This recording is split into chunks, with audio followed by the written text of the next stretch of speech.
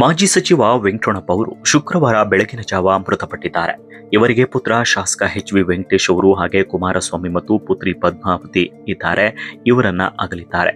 ಸುಮಾರು 85 ವರ್ಷ ವಯಸ್ಸಾಗಿದ್ದು ಅನಾರೋಗ್ಯಕ್ಕೀಡಾಗಿದ್ದ ಅವರು ಗುರುವಾರ ತಮ್ಮ ಸ್ವಗೃಹ ಹನುಮಂತನಳ್ಳಿ ತೋಟದ ಮನೆಯಲ್ಲಿದ್ದರು.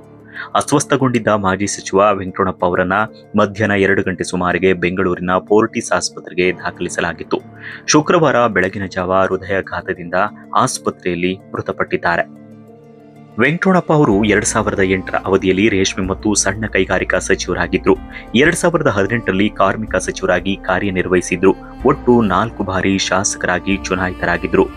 ಇಂದು ಅಪಾರ ಸಂಖ್ಯೆಯಲ್ಲಿ ಅಭಿಮಾನಿಗಳನ್ನ ಕಾರ್ಯಕರ್ತರನ್ನ ಅಗಲಿದ್ದಾರೆ. ಹಲವರು ಕಂಬನಿ ಮಿಡಿದಿದ್ದಾರೆ. ಫೋರ್ಟಿಸ್ ಆಸ್ಪತ್ರೆಗೆ ಗೃಹ ಸಚಿವ ಪರಮೇಶ್ವರ್ ಅವರು ಪಾರ್ಥಿವ ಶರೀರದ ದರ್ಶನವನ್ನ ಪಡೆದುಕೊಂಡಿದ್ದಾರೆ. ಇದೀಗ ಪಾರ್ಥಿವ ಶರೀರ ಹೊತ್ತ ವಾಹನ ಬೆಂಗಳೂರು ಆಸ್ಪತ್ರೆಯಿಂದ ಹೊರಟಿದೆ. ಪಾವಗಡ ಪಟ್ಟಣದ ಗುರುಭವನದ ಆವರಣದಲ್ಲಿ ಮಧ್ಯಾಹ್ನ ಮೃತರ ಪಾರ್ಥಿವ ಶರೀರವನ್ನ ಸಾರ್ವಜನಿಕರ ಅಂತಿಮ ದರ್ಶನಕ್ಕೆ ಇಡಲಾಗುತ್ತೆ. ಇನ್ನು ಸಂಜೆ 4ರ ನಂತರ ಸ್ವಗ್ರಾಮ ಹನುಮಂತನಹಳ್ಳಿ ತೋಟದ ಮನೆಗೆ ತೆರಳಲಿದೆ. ನಾಳೆ ಶನಿವಾರ ಅಂತಿಮ ಸಂಸ್ಕಾರ ನಡೆಯಲಿದೆ ಅಂತ ಅಧಿಕಾರಿಗಳು ಹಾಗೂ ಕುಟುಂಬದ ಮೂಲಗಳು ತಿಳಿಸಿವೆ.